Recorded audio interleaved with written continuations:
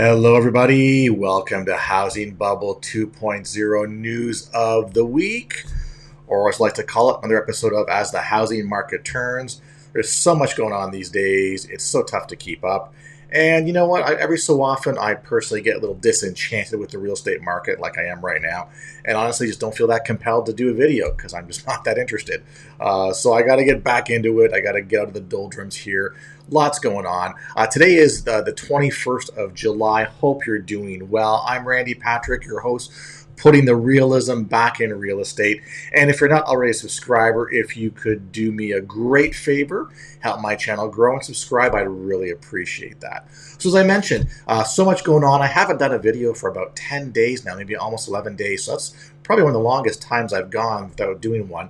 Been number one busy, had a couple mishaps with some ladders here and there and hurting myself out in the field and doing things. So you know what, it's just sometimes you just get tired of what's going on in the business, right?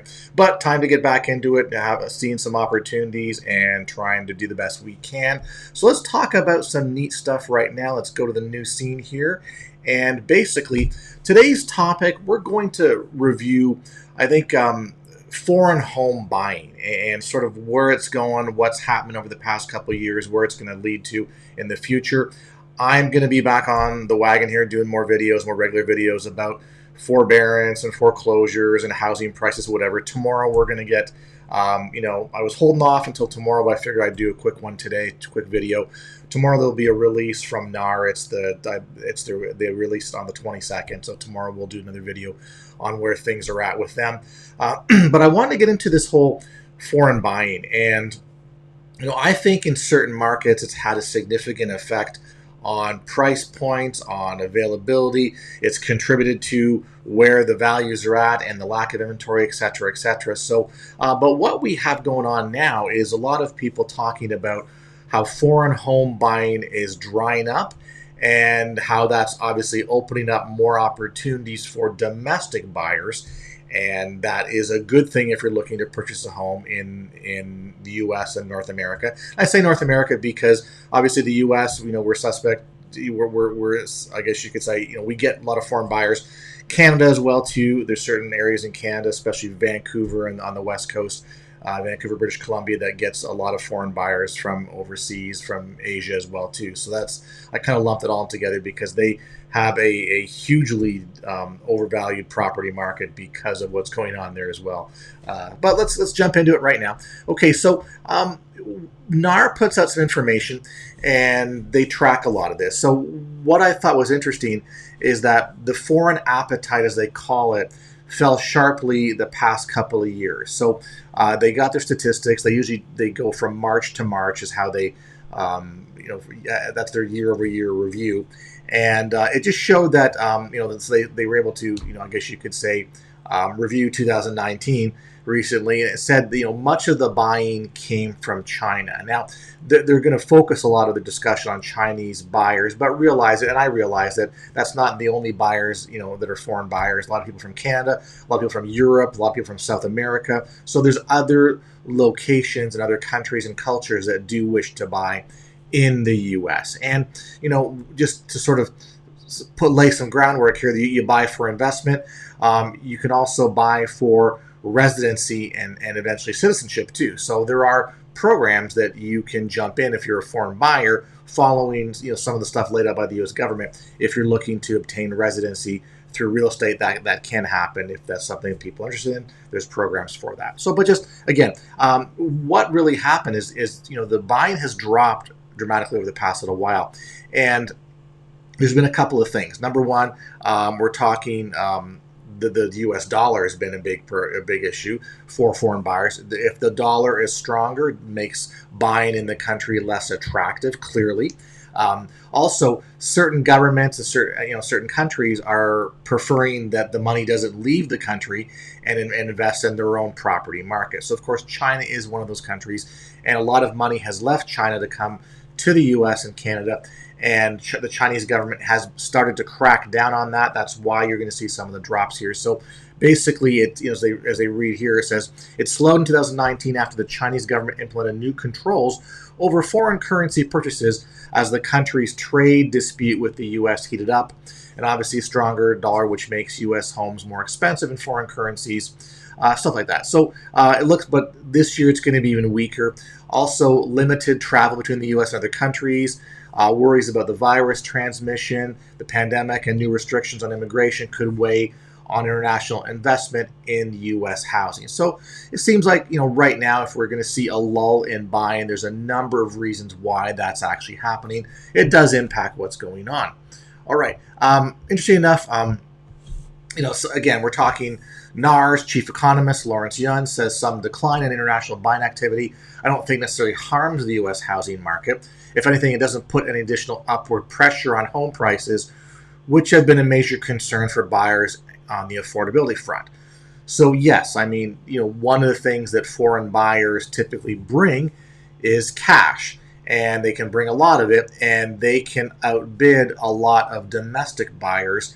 And sometimes it's more attractive if they can outbid a domestic buyer who actually is getting financing. That means they can bring the cash, they can outbid you, and they can close a lot quicker. So clearly, if you're someone who is actually buying a property who's getting financing, you have to go through the loan processing period, which could be 30 plus 45 to 60 days, appraisals, inspections, things like that are part of financing, legitimate financing process for U.S. home buying here. So cash buyers, they don't have to do that, right? And I want to comment too that you may have heard the term called flight capital.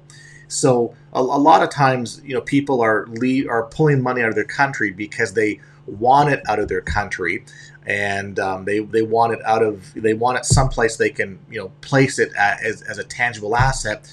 And I'll be upfront. I think a lot of times some of the money that has left traditionally, they're not that concerned about price. They're more concerned about getting as much money out as they can, knowing that markets have cycles.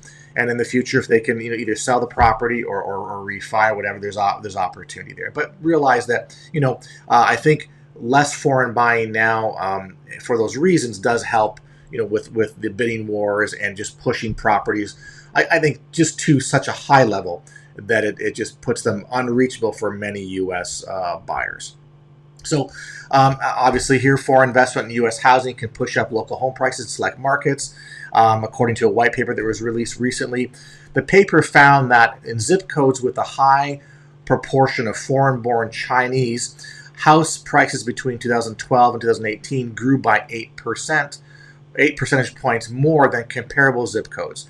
These areas, which in many cases also attracted strong local demand, could be vulnerable to price erosion as both domestic and foreign buying pulls back. So it's one of those things that, if you were buying when the foreign buying was peaking, you were probably paying at least 8% more than probably what it was worth just because of that anomaly. And now you're going to be more exposed if price points erode. Also, you're not having, these zip codes aren't having the same amount of foreign buyers coming in, keeping the prices inflated. So, the neighborhoods that are highly exposed to foreign investment on the upside are also exposed on the downside.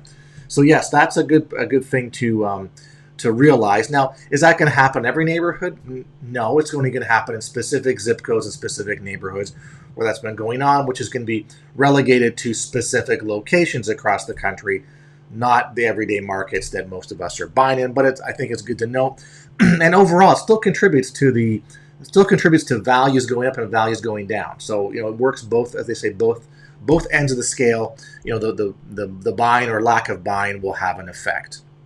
All right, and this is interesting too, because one of the things that I've learned over the years that many foreign investors buy homes for their children to live in while attending school in the U.S. So a lot of people in north of the border in Canada, especially in Vancouver, and I know in some of the West Coast cities, they would get annoyed. The locals would get annoyed because they'd see foreign ownership. They'd buy a house, and then it would sit there vacant. So the thought is, well, you bought a house, you're not even using it. You push the prices up. How can that's not fair to us as locals? But you can see a lot of people are what they're doing is they're establishing domicile. They're going to send kids over to attend post-secondary education in good schools over in North America.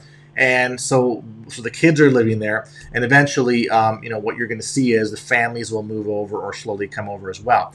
But interesting to note, we've got the pandemic going on now, so some of the buying may slow down because of that. Because we all know, if you have kids that are going to university and stuff like that, colleges here in the U.S. or in Canada, a lot of the stuff now is going to be online education. So if you think about it, do you need to purchase a home for your kids if they can't even go to the local college or university and get that college life experience?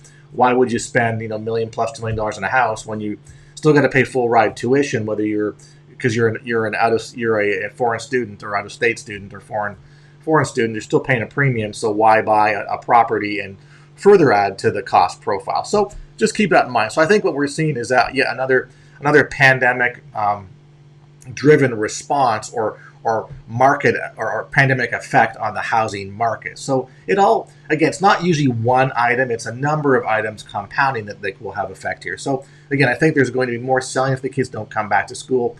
Here's what some people are quoted as saying in these articles. All right. You can see by this chart here, and this is from the National Association of Realtors, and the article I'm looking at was in the Wall Street Journal. Purchases of U.S. residential real estate by foreign buyers for a 12-month period ending in March. So you've got the years there from 2011 to 2019.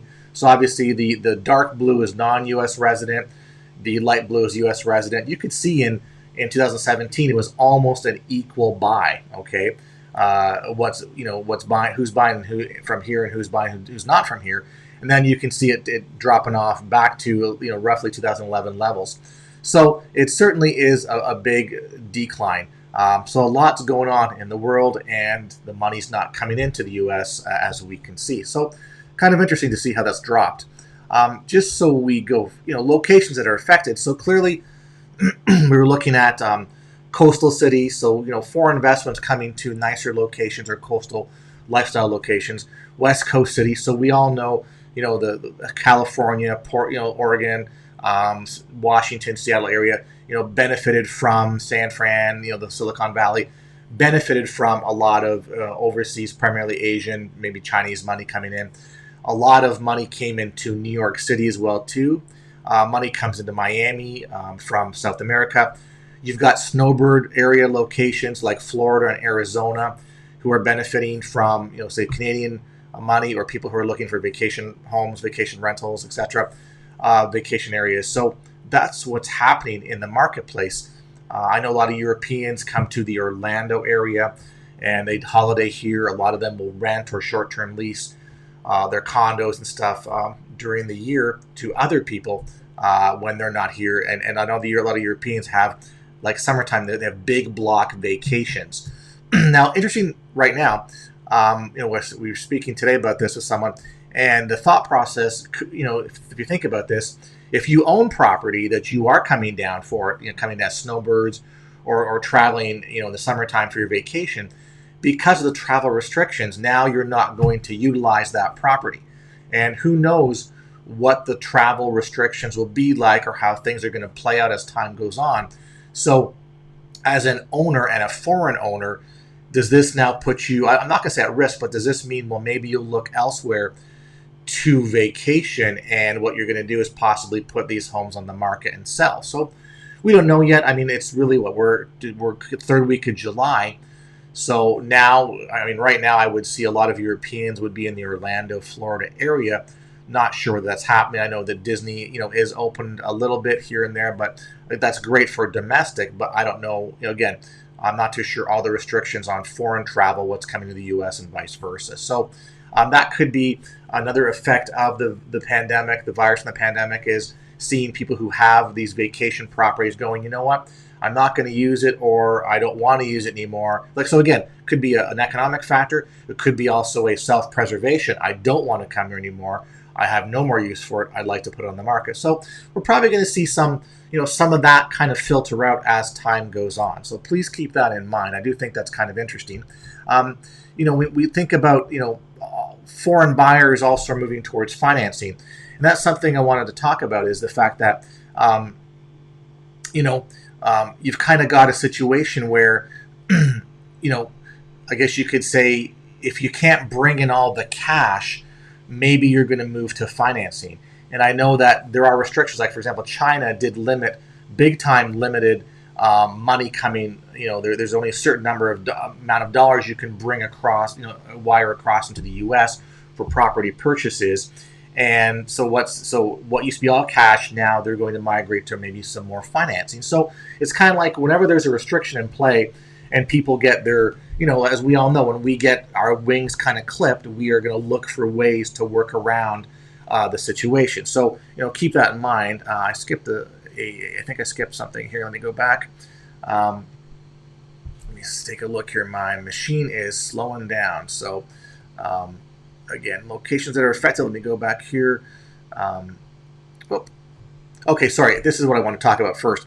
Is U.S. Treasury monitoring purchases, and part of the issue as well too is that the U.S. Treasury has what they do is they want to know certain purchases from foreign buyers using corporations or shell companies, and they're all cash transactions. And they I guess they've what they also do is they zero in on certain cities that are that have larger cash transaction purchases, primarily the Miamis of the world, so the New Yorks, whatever. And what they do is they talk to the local title and escrow companies, and they want that information. They want to know who's buying, and they basically demand that they get the information, because what they're doing is they want to look at unusual cash transactions for money laundering, things like that. So just so this is happening as well too. So what used to be more of a free for all in the U.S., that's kind of changed, and there's more control on these things. We'll say periodically, the Treasury Department will look at specific locations, and we'll be monitoring those for large foreign cash transactions, shell companies, things like that. Okay, so again, that's probably clamping down on the money coming in, and it's being flagged, or people realize that and they're not bringing their money in, therefore buying bigger homes, buying bigger estates, buying more expensive property. That's going to affect on the price points as well too. So just as I said, all these things kind of add into what's going on here. As I mentioned, the foreign buyers moving towards financing. So where there's a will, there's a way. I know that if cash isn't coming in, you'll have more loan programs that will work with foreign ownership, foreign buyers. Bring a decent down payment, then we can finance for you. So they'll be looking at that now. And again, in summary, foreign buying is not as attractive when the U.S. dollar is strong, but it's kind of like it works kind of both angles. So it's not as attractive when the U.S. dollar is strong. However, a lot of foreign investors are totally aware of what's going on in the marketplace. So they probably have issues in their local economy and local housing, but also they look at the U.S. as being a better place to put the money. So they are aware of the pandemic and how it's affecting the housing. They are aware of the foreclosure opportunity and the forbearances that are going on here and stuff like that. So like any investment opportunity, you're going to look for what's going on, and you're going to inquire. So even though maybe the dollar is stronger, the thought is, hey, if we can buy distressed properties at cheaper prices, then we're still getting good deals regardless of what the dollar is doing. And as well too, the dollar will fluctuate with their currency. Whether it's fix and flip or a lot of cash flow rentals, you'll see foreign buyers looking at that as well too. Also, with respect to distressed property, it's more bang for your buck. Other locations are, like what used to be, like for example, a lot of Asian buyers would be buying over in California. Why? Just because of proximity, right? You come across on an airplane from a foreign country on the West Coast, you're landing on the West Coast, you're going to buy there. Same thing on our side too. South Americans are coming into the Miami area. That's the gateway, and Europeans are coming because it's East Coast here. But what we're seeing now, at least from I see from the Asian perspective, is more people going, okay, well, California's been traditionally very expensive in other West Coast locations. Let's look to other locations where we're getting more bang for our buck. So you're going to find that's going to happen as well too. So I look at it now. The single-family residential home is an asset class. And you're going to see that people are knowing that there'll be more rental units will be required. We're not building as many homes. We are in inventory, so if they can get their hands on single-family homes to rent or other type of investments, they're going to do that and cash flow, because that's a pretty solid business plan. So again, just realize that there's more opportunity for them. Interesting to note, though, that I didn't put this in here, but I have read that I think it was 2018 or maybe even 2019. With respect to the the Chinese buyers, they actually were net negative. And what I mean by that is Chinese investment into the U.S. versus foreign, like their selling of assets in the U.S. for real estate. One of the years, 2018, 2019, it was a net negative number. So they sold more assets than they purchased one of those years. So that's interesting. So whether, they go at, hey, two things. Number one, whether it was more of a force saying, let's get your money back, or it just, they figured it was peaking, let's take our money out now. Well, that was the net effect. They actually brought back more money than they brought into the country a couple, 1 or 2 years ago, which I found was kind of interesting as well. So did they see something that we weren't knowing or we weren't seeing in advance? Maybe they did. Who knows? But there could be multiple reasons that I'm unaware of to have the money to sell all that. But and a lot of it too is that we deal, this channel, we typically deal more with the single family residential stuff, 1 to 4 units, etc. A lot of the money that has come over have been for commercial properties, multi-family, things like that. So not every foreign buyer is buying single family homes here for themselves. A lot of the money that's coming in is buying multi hotels, things like that. And as a note, we do see a lot more hotel sales activity going on at the moment. So again, that would seem to make sense with the travel restrictions and things like that. So that's a scoop for today. I just wanted to, will it make a difference? As a percentage point, again, they were looking at specific zip codes saying, hey, maybe 8%, extra push on values with some of the foreign, at least some of the Chinese buyers. So I think it's going to make some difference. It's not going to be hugely material, maybe 5-10% overall, but I guess that's everything cycles through, right? So different countries have their own real estate economic cycles, foreign currency cycles. So right now we're in a lull for foreign investment, foreign buying coming into the country. But as I said, if values drop, that will temper the difference in the dollar, and we'll see more money coming in. Certain locations, it just doesn't make sense to buy. Like some people just go, it's too expensive to buy in our own country. So even with the stronger U.S. dollar, it still makes more sense for us to put our money to good use here, which is great for our opportunities and our growth. Maybe not as best for people trying to buy property here because there's more competition, but I think what we're going to find is that little extra push where some of the properties just get outbid and go really high, really fast. We may not see as much of that going on from some of the foreign buyers on a going forward basis. So that's a scoop for that. Again, everybody, appreciate the time today. Appreciate the views, likes, and comments. Really talking to a lot of people lately about real estate investment. Turnkey stuff we got going down here. I got a bunch of properties I'm looking at right now that we are actively, we'll say, talking to the selling people, the ownership on. So I think some great opportunities there. So if you're interested in doing that and learning more about it, please reach out to me. There's my email right there on the screen. Email me, put in your phone number so I can get a hold of you. Lots going on right now in my area here. Lots will be coming available as the time goes on. One of the things I'm really focusing on now is preparing for some of the foreclosure stuff that's going to happen. We'll talk about that in future videos, but realize that we're in a foreclosure moratorium now. When that moratorium is lifted, we're going to see a significant amount of homes being set for auction, which gives another opportunity for buying cheaper properties. So please reach out to me. I know a number of people have recently have jumped on my short sale program. Something that I think you'll find interesting and definitely worthwhile. So, right, guys, appreciate it, and we'll look forward to speaking with you, and probably tomorrow, actually, with the NAR information. So take care. Talk to you later.